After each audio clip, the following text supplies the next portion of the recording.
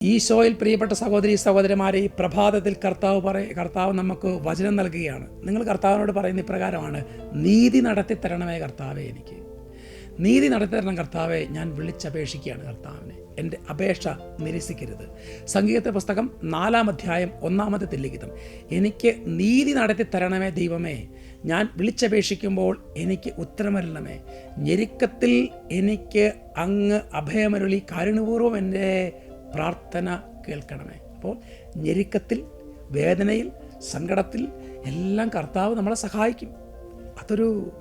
നമുക്ക് ആ ഒരു വിശ്വാസത്തിലേക്ക് എത്തണം. പ്രിയപ്പെട്ട സഹോദരങ്ങൾ, നിങ്ങൾ ഈ വചനം കേൾക്കുമ്പോൾ ഇത് അനേകർക്ക് ഈ വചനം എത്തിച്ചു കൊടുക്കണം. നിങ്ങളുടെ സ്റ്റാറ്റസായിട്ട് മറ്റു കാര്യങ്ങളൊക്കെ ആയിട്ട് ഇതിട്ട് വചനം ആൾക്കാർക്ക് എത്തട്ടെ. ഒരു വചനം നിങ്ങൾ ഒരാൾക്ക് പകർന്നു കൊടുക്കുമ്പോൾ ആ ഒരു അഭിഷേകം നിങ്ങൾക്ക് കിട്ടും. ഒന്നിൽ കൂടുതൽ, അതായത് എത്ര പേർക്ക് നിങ്ങൾ വചനം പങ്കുവെച്ച് കൊടുക്കുന്നോ അതുകൊണ്ട് ഞാൻ ഇത്രയും ത്യാഗം സഹിച്ച് എല്ലാ ദിവസവും പ്രഭാതത്തിൽ നിങ്ങൾക്കൊരു വചനം നൽകുന്നത്. കർത്താവ് ആ ഒരൊറ്റ വചനം കൊണ്ട് ഒരാൾ മാനസാന്തരപ്പെട്ടാലോ. അതുകൊണ്ട് കർത്താവെ, ഒപ്പം ഈ ദാസരുടെ ഓരോ പ്രാർത്ഥനകളും നിയോഗങ്ങളെയും ഞാൻ ഈശോയുടെ ഹൃദയത്തിലേക്ക് സമർപ്പിച്ച് പ്രാർത്ഥിക്കുകയാണ്.